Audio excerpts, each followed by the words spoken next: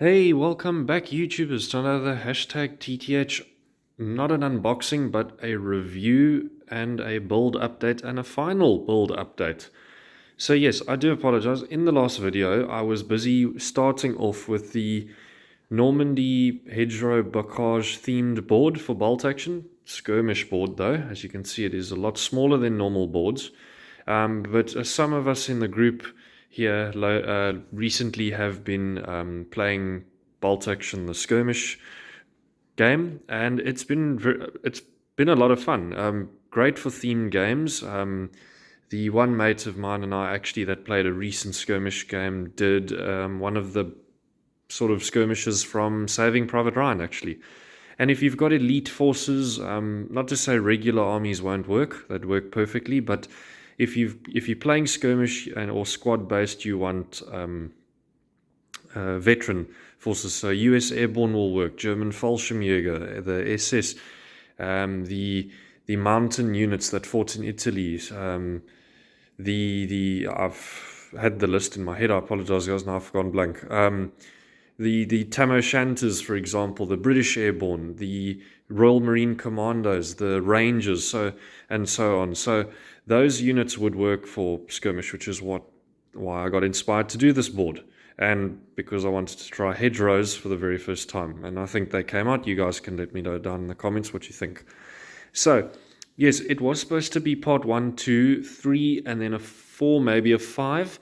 But what happened was I began with part 3, and I had put a large layer of glue out on the board and realized I couldn't really stop halfway and carry on. I needed to get it done. Then once that was done, I realized I had a bit more time to spend on the board, and voila, it ended up getting done a lot quicker than I'd hoped. So I apologize. So this will be part 3 and part 4 being the final. So let's dive into what we have. So in the last video, it looked very raw. I wasn't too sure how this board was going to turn out, but I've salvaged some stuff from my garage in terms of foliage and trees. The green foliage, which looks a little lime green in this video, it's the camera editing, I apologize. It's not as lime green as that, it's a little darker. And the trees in that, I actually found some among my spare diorama kits and terrain kits, which I thought I'd utilize. These came from the Warlord Games Ruined Hamlet kit, which I had lying around and they were getting in the way, so I thought, well, they'd be perfect. So that one can lift off and on. I just depending on what's going to go there. I might want a wrecked half track there maybe, or something or another like that. But for now, these two ruins go quite well. So this one I have fixed on, like everything else apart from the bridge and that ruin over there. Like I said, I might change it up, but I'm adding to this all the time. Like just today, I added that little stone wall over there and some more foliage, touched up the brown a little bit where it was looking a little light. And then these two little 1 in 72 scale trees, actually, I found hidden away in the garage from an old project I had. And I thought they'd look good as a bit of as some orchard trees in a way. Oh, and then I added in some details. I found some spare signage. So if we zoom in here, guys, using my handheld camera today, as you can see, so yeah, I've got a Carentan in one direction and then another, I think it was a sign for a German command in another direction, just to give the board some life. Let's focus the camera, there we go. And then I've got another anti-mine sign over there, or minefield sign, just for a bit of fun. I want to add some more, maybe some wire, some few more sandbags maybe, but like I said, it was a try, guys, and I think it came out. I mean, this board in person looks really good. I don't know how much of a justice the camera's doing. And then I've been toughening up the boards a little bit with some foliage, which I'm going to get some more of just to fill out the board a little bit. The inspiration also came from that one terrain builder who did the Carentan and Breakcourt Manor board on YouTube. If you know him, follow him. I mean, that guy is an absolute legend.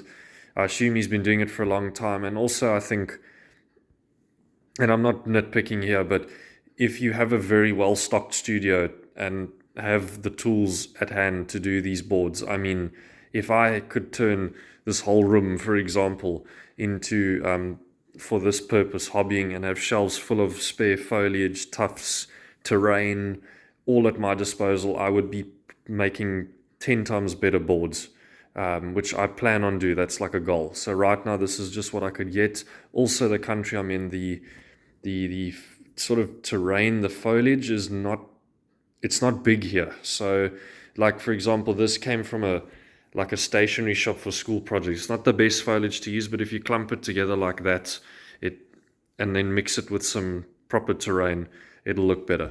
So yeah, no, all the terrain builders out there, guys, who are doing this sort of thing, thumbs up, huge support. I mean, I suppose we all follow each other if we can and get inspiration the way we can. So yeah, not a big project. It took about a week. It's nice and compact. It can be moved around quite easily. It's on a very sturdy board. Added a bit of a canal. The bridge is TTcombat. I had a spare one lying around, thought I'd use it. I might want to get a Warlord Games one at some point. I'll see. And then, yeah, so this will be Skirmish. So 5 to 10 man squads. Naturally Germans starting here, hence the mortar pit and MG nest. And then Americans or Brits or any allied force can come down this way.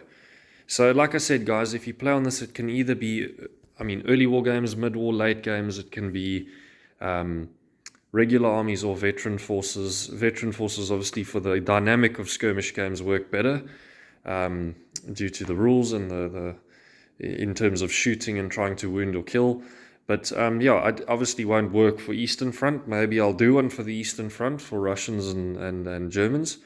But what I might do for this particular board, because it turned out so well, in my opinion, I wasn't expecting it to turn out like this. What I am going to do, instead of getting another board and doing one next to it, I'm rather going to do length. So this will be, there will be another one, but over here or on that side. So maybe another canal with another bridge, I don't know, but like the road to Quarantine, as it were. And then it just adds a bit of theme. I know people want to make gaming as easy as possible nowadays, guys, in terms of, like, if you go to your wargaming shops, I don't know, those of you can let me know down in the comments wherever you're from in the world, but like some of the wargaming shops down by us, they're getting the mats now, which look fantastic, and you can throw scattered terrain on and you're done. And for transports and events. So it makes it easier.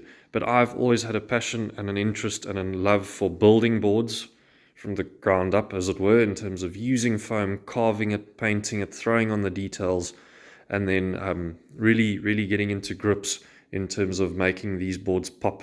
And, you know, yes, it's a bit of a slug in terms of transporting them to an event or to a game, but still, the joy of just sitting there working on it, especially through winter time.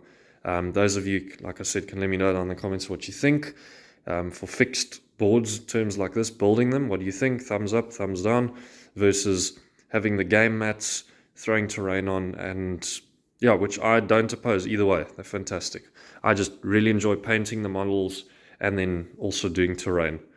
So thanks, guys, for following. This was a short build. I apologize about that. I was hoping to make it longer, but stay tuned for part 2, maybe. I'll see. Depending how the games go on this, maybe I'll make another section here. But like I said, guys, in the previous video, our next project will be American Civil War, 28mm Wargaming, so that I will be focusing on the miniatures and soon to be Civil War era terrain. So that'll be my next project. So stay tuned for that. It should be on the way soon. But as I said, you guys can let me know what you think down in the comments. Leave a like and don't forget to hit that subscribe button. And I really hope you enjoyed these 2 short videos. And I thank you for all my followers to date and help me push up that subscribe number. I'm trying to make it grow like everyone else out there with YouTube videos. Otherwise, thanks, guys, for following again. See you in the next video.